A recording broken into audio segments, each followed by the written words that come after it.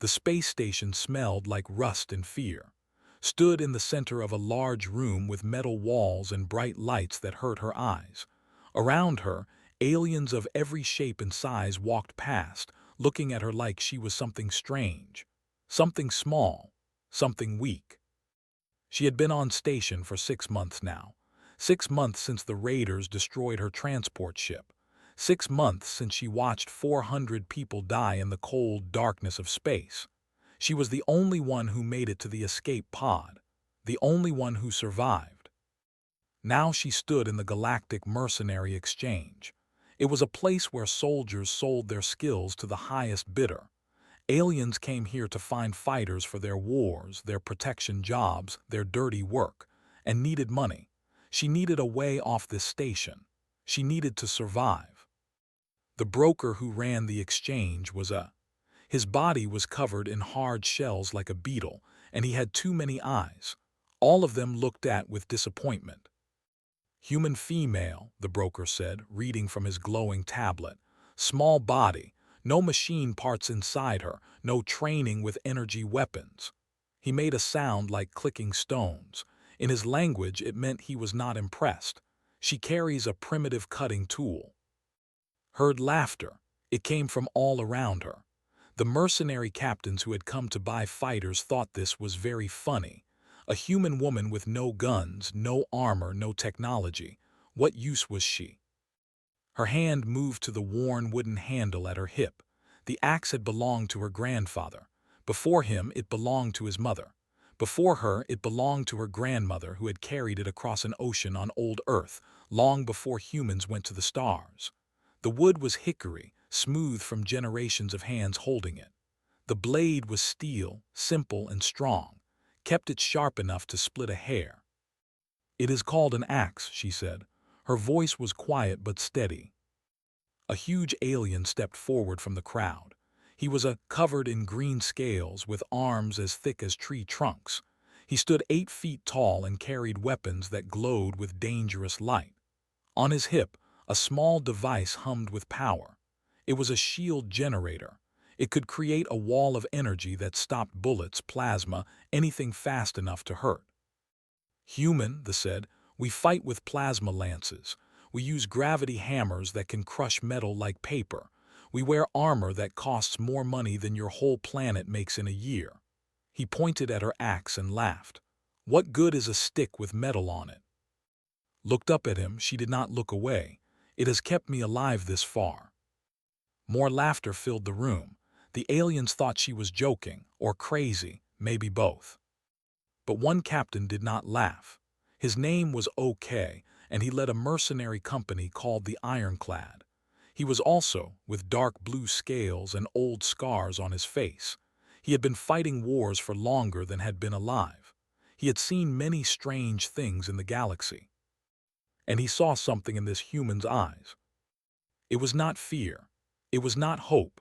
It was something older, something that reminded him of stories he had heard about humans, stories the Galactic Council did not like people to tell, stories about a species that had crawled out of mud and blood on a small planet with nothing but rocks and bones and a refusal to die. "I will take her," OK said. The room went quiet. Everyone looked at him. "Captain," the broker said carefully, "this human has no useful skills. She cannot use modern weapons. She has no combat training in any recognized system. She is cheap," OK finished. "Minimum contract, 1 mission. If she lives, we talk about a better deal." The broker made the clicking sound again. "As you wish, but the Ironclad Company's reputation is your own concern."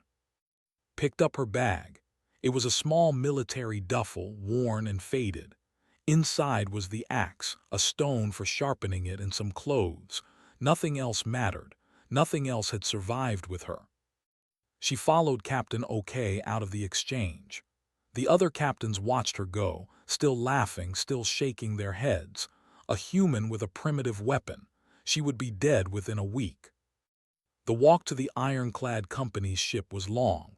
The station was huge, full of markets and bars and dark corners where dangerous things happened. Kept her hand near her axe and her eyes moving. She had learned to do that in the 6 months since the attack. Trust nothing. Watch everything. Why? She asked as they walked. Okay did not slow down. Why what? Why did you buy my contract? The broker was right. I have nothing useful, no technology, no training with your weapons. The captain was quiet for a moment. They passed a group of drunk aliens who looked at with hungry eyes. When they saw OK, they looked away fast. I have fought for 60 years, OK finally said. I have seen armies with weapons that could burn worlds. I have seen soldiers with bodies made more of machine than flesh. I have seen shields that could stop a star's fire. He paused at a door and turned to look at her. And I have seen all of them lose to something they did not expect. Waited. Your people, OK continued, are young. You have only been in space for a few hundred years. Most species think you are weak, soft, primitive. His scales shifted in a way that might have been a smile. But I have read your history. I know what you did to your own planet's predators. I know about your wars, your persistence hunts, your endurance. He opened the door. Beyond it was a ship and battle-worn but solid. Every species that looked at humans and saw easy prey is now extinct. Maybe you are primitive, maybe you are weak, maybe that axe is a useless toy. He started walking toward the ship. Or maybe everyone else is missing something. I want to find out which. Followed him onto the ship. Behind her, the station hummed with alien life. Ahead of her, an unknown future waited. In her bag, the axe rested against her back, heavy and familiar. Her grandfather had taught her to use it when she was a little girl. He had told her that the axe was honest. It did not need batteries or fuel or complicated parts. It only needed a strong arm and a steady eye. It only needed someone willing to swing it. Was willing. She had survived the death of 400 people. She had survived 6 months alone on a station full of aliens who saw her as less than nothing. She would survive whatever came next. And if she had to, she would show this galaxy what a human with a simple axe could do. The barracks of the ironclad company smelled like oil and sweat and something could not name. It was a large room filled with bunks and lockers and weapons racks. The weapons on those racks glowed with power. They hummed with energy. They could kill in ways did not fully understand. When she walked in carrying her small bag, 37 pairs of eyes turned to look at her. 37 mercenaries from 12 different species. Some were tall, some were short. Some had scales, some had fur. Some had skin that looked like stone. All of them were covered in technology. Armor plates built into their bodies. Weapons attached to their arms. Eyes that glowed with computer displays. And here came a human woman 5 feet 6 inches tall with brown skin and black hair tied back in a simple knot. No armor, no implants, no glowing weapons. Just an axe on her hip. The laughter started almost immediately. Is this a joke? Someone asked. He was with skin and 4 arms. Each arm ended in a hand that held a different weapon. Did the captain lose a bet? Maybe she is the new cleaning person, another voice said, more laughter. Found an empty bunk in the corner. She put her bag down and sat on the thin mattress. It was not comfortable, but she had slept on worse things. For 6 months, she had slept on the floor of a cargo container. This was luxury. The weapons master approached her. His name was, and he was his species had 4 arms like but his body was different. 60% of him was machine. His eyes were red cameras. His arms ended in tools as well as hands. He was the one who maintained all the weapons for the company. He held out his hand, not in greeting. He wanted her weapon. Hesitated. The axe had never left her family for 300 years, but she was new here. She was at the bottom. She had to show that she could follow orders. She pulled the axe from her belt and handed it to. The weapons master held it up to his camera eyes. He turned it slowly, looking at every part of it. The wooden handle, the steel head, the edge that caught the light and gleamed. The balance is acceptable, he said after a long moment. The metal is good quality for primitive work. The edge is very sharp. He paused. But it is still useless. Why? Asked. Because we fight enemies with real weapons, said. Modern armor will stop this blade. Any impact hard enough to cut through armor will shatter the wooden handle, and you cannot throw it more than 20 meters with any accuracy. I can throw it 40. Made a sound like grinding gears. It was Hal laughed. Even if you could, it would not matter. Our enemies use kinetic barriers. They are shields made of energy. They stop anything moving fast.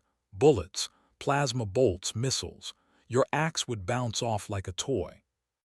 Looked at him. She did not argue. She did not get angry. She just asked a question. Your barriers stop fast things. How do they handle slow things? Stopped laughing. The other mercenaries in the room stopped talking. For a moment, everything was quiet. Kinetic barriers are set to stop objects moving above a certain speed, said slowly. If something is moving slow enough, it would pass through. But that is not a weakness. A slow object cannot hurt anyone. Are you sure? Looked at the axe in his hands. Then he looked at. Then he handed the axe back to her without another word. The mocking continued over the next few days. When trained, they watched and laughed. She did not use the shooting range or the combat simulators.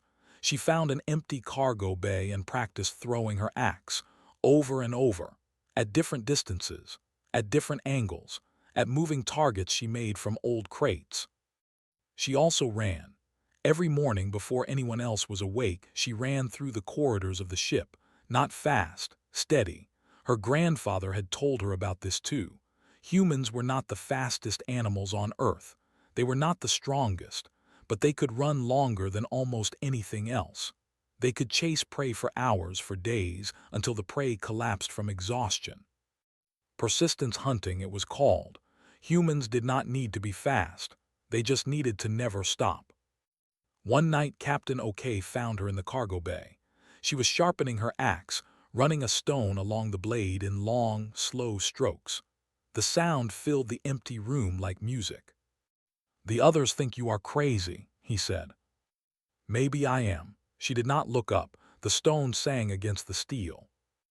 They say you have no chance in a real fight. They say your weapon is a museum piece. They say I wasted money on your contract. What do you say? OK sat down on a crate across from her. He was old for his scales were dull in places. His movements were slower than they used to be, but his eyes were still sharp.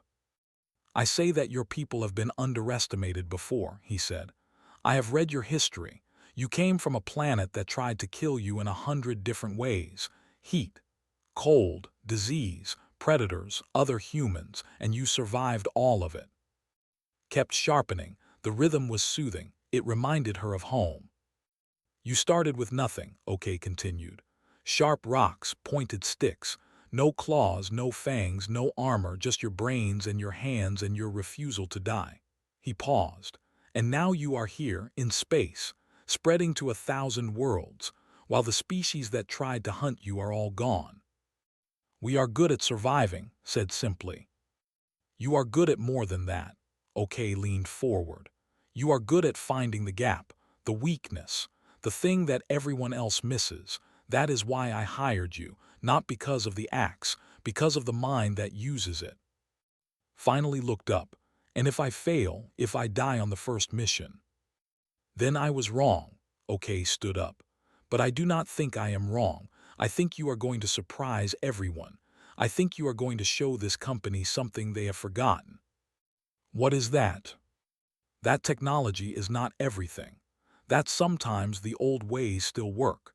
That a sharp edge and a steady hand can still change the world. He walked away, leaving alone with her axe and her thoughts.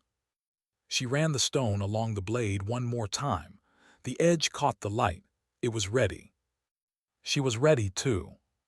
The first mission was coming. The others expected her to fail. They expected her to die or run away or prove that she was useless. Smiled to herself in the empty cargo bay. They were going to learn something about humans. They were going to learn the hard way. The mission was supposed to be simple. A diplomat had been taken by pirates. The ironclad company would go to the pirate base, kill or scare the pirates, rescue the diplomat, and collect the payment. Captain OK had done jobs like this 100 times. But something was wrong from the start. The intelligence said 50 pirates, maybe 60, a small base with light defenses, an easy job for a company of experienced mercenaries. The intelligence was wrong. Knew it the moment they landed. The base was not small. It was a fortress, walls of metal and stone, guard towers with heavy weapons, patrols moving in patterns that spoke of military training, not pirate chaos. "Something is not right," she whispered to who was next to her. "I know," the weapons master replied. His red camera eyes were scanning the base. "There are too many heat signatures, too many weapons. This is not a pirate hideout. This is a military installation." But it was too late to turn back. They had been seen. The ambush came from 3 directions at once. Plasma fire turned the air into burning light. The sound was like 1,000 thunderstorms at the same time. Threw herself behind a rock as the ground where she had been standing turned to glass. The ironclad company fought back. Their weapons roared. Their shields flared with energy. But there were too many enemies. For every pirate that fell, 2 more appeared. Went down first. A direct hit to his chest overloaded his systems. He collapsed in a shower of sparks, his 4 arms twitching uselessly. Dragged him behind cover, but she did not know if he was alive or dead. Sergeant X was next. Then the twins, 2 brothers who had been the only ones to show any kindness since she joined. One of them died with his gun still firing. The other died trying to reach his brother's body. Watched them fall and felt something cold settle in her chest. Not fear, not despair, something older, something that had lived in human hearts since the first cave, since the first dark night, since the first time a human faced death and decided to fight anyway. The survivors fell back to a narrow corridor. 12 of them left from the original 30. Their weapons were overheating. Their shields were failing. The pirates were closing in from all sides. "We are dead," one of the mercenaries said. His voice was flat, accepting. "There is no way out." Looked around. The corridor was a trap, high walls on both sides, pirates in front, pirates behind, no cover, no escape. But at the end of the corridor she saw something. A blast door, and next to the blast door a control panel. If that door closed, it would seal off the corridor. It would cut the pirate force in half. The ironclad company would only have to fight the ones already inside. The control panel was 30 meters away, behind enemy lines, in the middle of the pirate charge. "There is a way," said. "Give me 3 seconds of cover fire." Before anyone could ask what she meant, she was running. Not away from the pirates, toward them. The mercenaries were too surprised to argue. They raised their weapons and fired. Plasma bolts screamed past on both sides, cutting down the pirates nearest to her. It would not last long. Their weapons were almost empty. Their power cells were almost drained. But did not need long. A pirate captain stepped into her path. He was huge, even bigger than OK. In one hand he held a plasma sword that burned with white fire. In the other hand he held a battle shield. The shield was 2 meters tall. It was made of reactive armor, designed to stop tank rounds and missile strikes. It glowed with the shimmer of a kinetic barrier, set to deflect anything moving faster than a running man. The pirate captain grinned behind his shield. He saw a tiny human running toward him with nothing but a primitive metal tool. This would be easy. He raised his shield and started to swing his sword. His arm came back. Her body remembered. 300 years of muscle memory passed down through blood and bone. Her great-great-grandmother felling trees in a new land. Her grandfather teaching a little girl how to throw. The movement was in her DNA. The axe flew. It tumbled through the air, spinning end over end. 60 kilometers per hour, fast enough to kill, slow enough to pass through the kinetic barrier like it was not there. The reactive armor saw the axe coming. It was designed to explode outward when hit by missiles and shells. It was designed to spread the impact across the whole surface. But the axe was not a missile, it was not a shell, it was a wedge, a concentrated point of pressure on a single spot. The armor did not know how to handle it. The blade hit the shield dead center. The metal screamed. The shield split in two, right down the middle like a log under a woodcutter's stroke. The axe kept going. The pirate captain's grin disappeared. So did the pirate captain. The axe buried itself in the blast door control panel. The panel sparked and died. The door slammed shut with a boom that shook the walls. 200 pirates were suddenly on the other side of that door. The ones left inside were maybe 100. Walked through the stunned silence. Pirates on both sides stared at her. They had just watched their captain, with his expensive armor and his advanced shield, die to a human with a stick and some metal. She reached the door. She put her foot on the panel. She pulled the axe free. Then she turned around and looked at the remaining pirates. Blood dripped from the blade. Her eyes were calm. 12 on 100, she said. Those are better odds. Behind her, the ironclad company stood up. They were wounded. They were tired. They were almost out of ammunition, but they were not dead yet. And they had just seen something that changed everything. Captain OK raised his weapon. His voice was loud and strong. Ironclad, follow the human. Led the charge. Her axe rose and fell. Her feet carried her forward. Around her, the survivors of the company fought with new strength, new hope. The pirates broke. They had expected easy prey. They had expected weak mercenaries who would die quickly. They had not expected this. They had not expected a human with an axe and 300,000 years of survival in her blood. The battle lasted another hour. When it was over, the diplomat was free. 63 pirates were dead and stood in the middle of the carnage, covered in blood that was not her own, her axe still in her hand. Was alive, badly damaged but alive. He looked at with his camera eyes and did not say anything. He did not need to. Everyone had seen what she did. Everyone would remember. The human with the primitive weapon had done what their technology could not. She had found the gap, and she had torn it wide open. The video spread across the galaxy like fire. Someone in the ironclad company had been recording the battle. Their helmet camera had captured everything. The ambush, the deaths, the desperate retreat to the corridor. And the throw. Within one day, the video had been seen by 10 million beings. Within a week, it had been seen by 2 billion.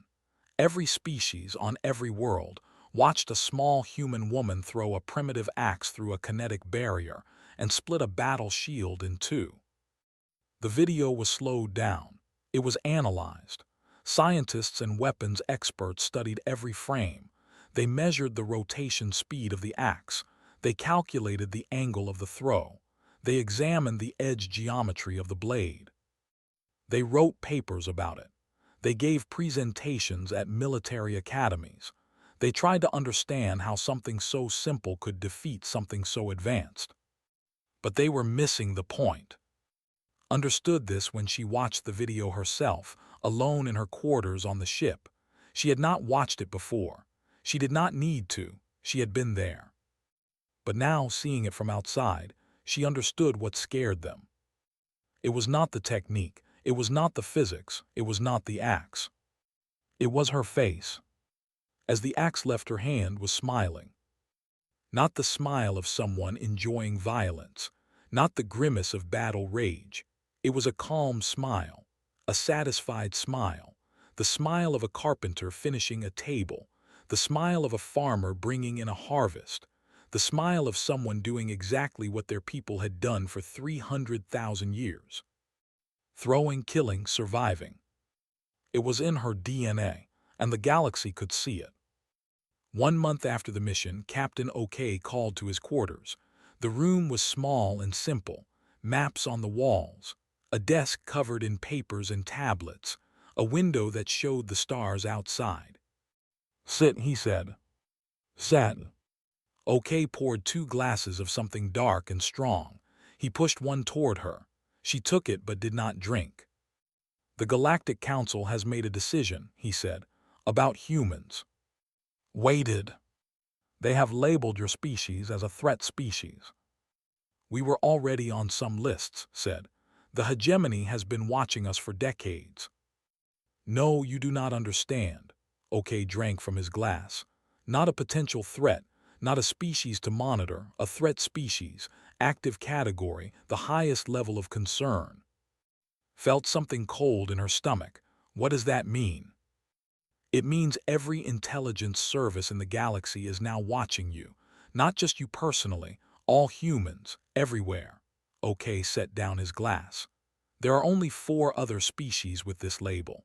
The hegemony fought a war against one of them. They barely won and it cost them 3 worlds. And the others?" "The collective was founded by the second. They are the most powerful government in the galaxy." OK paused. "The other 2 are extinct. They destroyed themselves before anyone else could do it." Finally took a drink. It burned going down.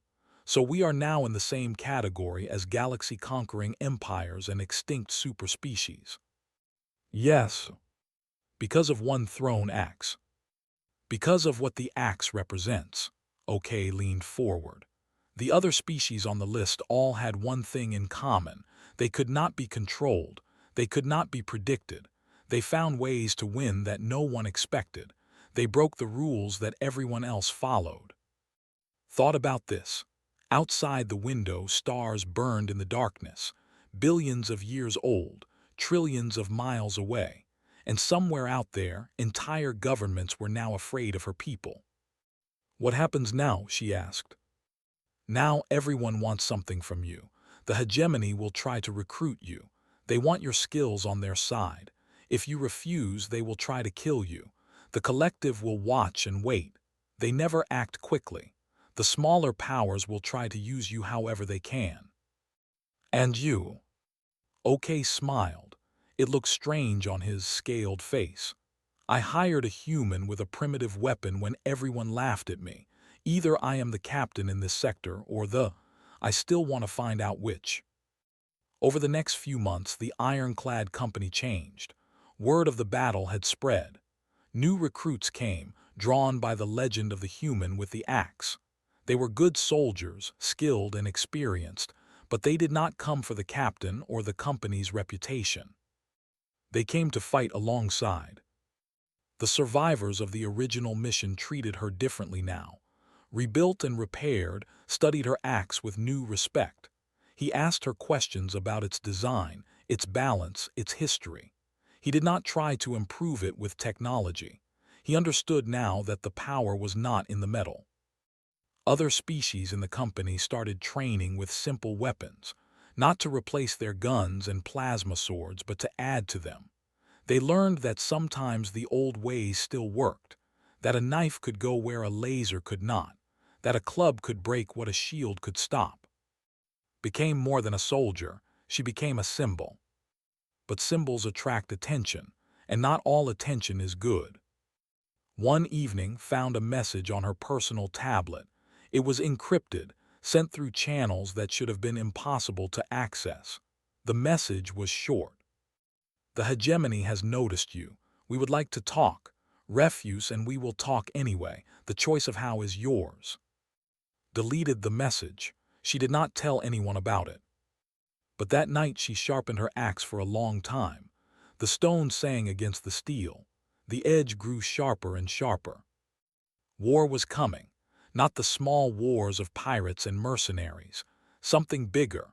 Something that would decide whether humans remained free or became tools of an empire. Was just one woman, one small human with a primitive weapon. But she had already shown what one human could do. And there were 8 billion more where she came from. Each one of them carried the same thing she carried, not an axe, something older, something deeper, 300,000 years of survival, 300,000 years of finding the gap. The galaxy had labeled them a threat species. Smiled in the darkness of her quarters. They had no idea how right they were. 6 months passed after the message from the hegemony. 6 months of waiting. 6 months of watching shadows and checking corners. Knew they would come, she just did not know when. They came on a neutral station, during a simple resupply stop. The ironclad company had spread out to gather supplies, repair equipment, and rest. Had gone alone to a small market to buy food that reminded her of Earth. She was looking at fruit when she felt eyes on her back. Not the curious stares she had grown used to, not the fearful looks from people who had seen the video. These eyes were different, professional, cold, calculating. She did not run. Running would not help. Instead, she finished buying her fruit, put it in her bag, and walked calmly toward a less crowded area of the station. They followed, of course they followed. Found herself in a maintenance bay. Large machines hummed in the darkness. Pipes and cables covered the walls. The air smelled like oil and electricity. There was only one way in and one way out. A trap, but whose trap was it? 3 figures appeared from the shadows. They wore no uniforms but recognized their movements. Hegemony Special Forces. Elite killers trained from birth. Each one was worth 100 normal soldiers. They were not wearing armor. They did not need it. Their bodies had been modified so heavily that their skin was stronger than most metals. Their reflexes were faster than any normal being could match. They carried weapons that looked simple but could kill in 100 different ways. Had her axe on her hip, nothing else. Sergeant Major, one of them said. His voice was flat, empty, like a machine pretending to be alive. The hegemony has been watching you. I got your message, said. Then you know why we are here. The hegemony offers you a choice. Join us. Use your skills in service of galactic stability. Help us maintain order across 1,000 worlds. And if I refuse? The assassin tilted his head. Then you die here. There will be no body, no record, no martyr, just silence. Your company will wonder what happened. They will never find out. His hand moved slowly to her axe. The assassins did not stop her. They were not afraid of a primitive weapon. They had shields that could stop bullets. They had reflexes that could dodge plasma. What could a human with a piece of metal do to them? You know what I find funny about you people, said. The assassin waited. All your technology, all your evolution, all your centuries of advancement. She pulled the axe from her belt, not fast, slow, almost lazy, and you still have not figured it out. Figured what out? Why humans are dangerous. The assassin spread out, surrounding her. 3 points of a triangle. No way to attack one without the others attacking her back. It was a perfect formation. Did not seem worried. It is not our strength, she said. Dozens of species are stronger than us. It is not our intelligence. We are average at best compared to the rest of the galaxy.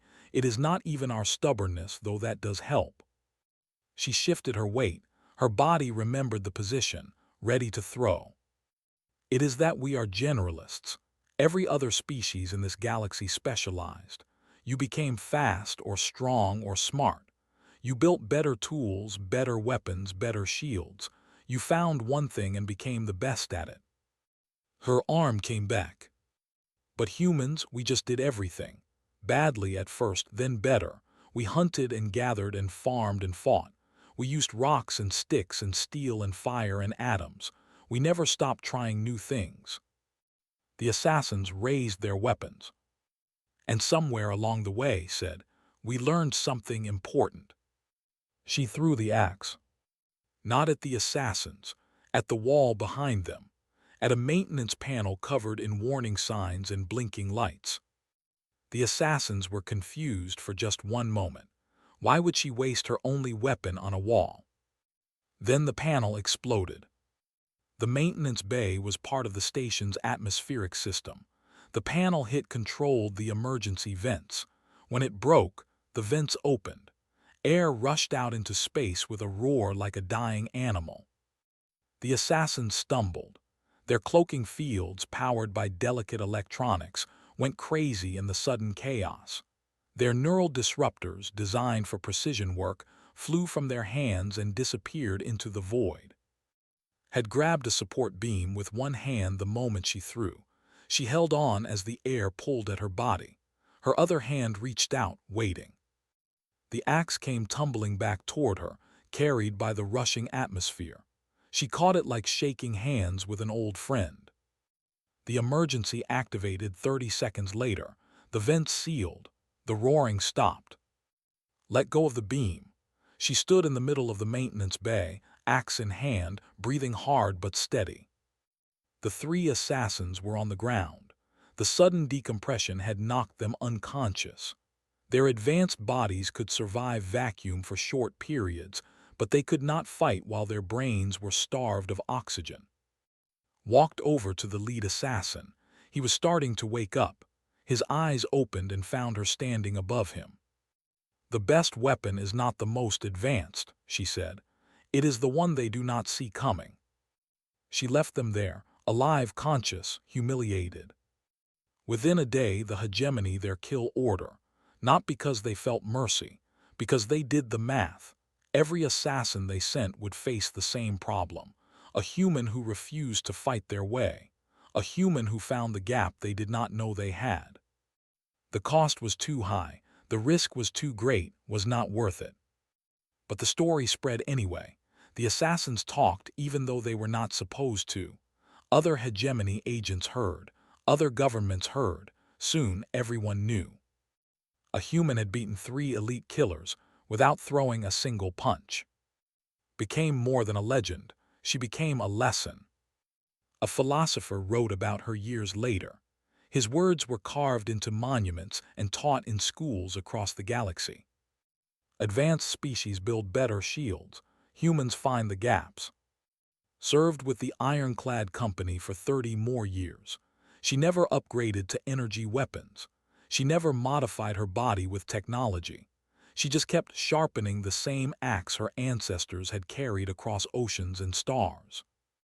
When she finally retired, she settled on a quiet colony world. A small house near a forest. A garden where she grew vegetables. A fireplace where the axe hung above the mantel. Children from the colony came to visit her sometimes. They asked about her adventures. They asked about the famous throw that split the shield. They asked why she never used better weapons. Would smile and tell them the truth. The weapon was never the steel. It was never the wood. The weapon was the hand that held it, the mind that guided it, the heart that refused to quit. She would look at the axe above the fireplace. Old now, worn, but still sharp, always sharp. Humans are not the strongest species in the galaxy. We are not the fastest or the toughest or the most advanced. She would turn back to the children, her eyes bright with 300,000 years of survival. But we are still here, and we always find a way.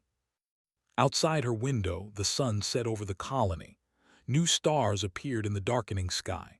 Somewhere out there, other humans were exploring, fighting, surviving, finding gaps that no one else could see. Closed her eyes and smiled.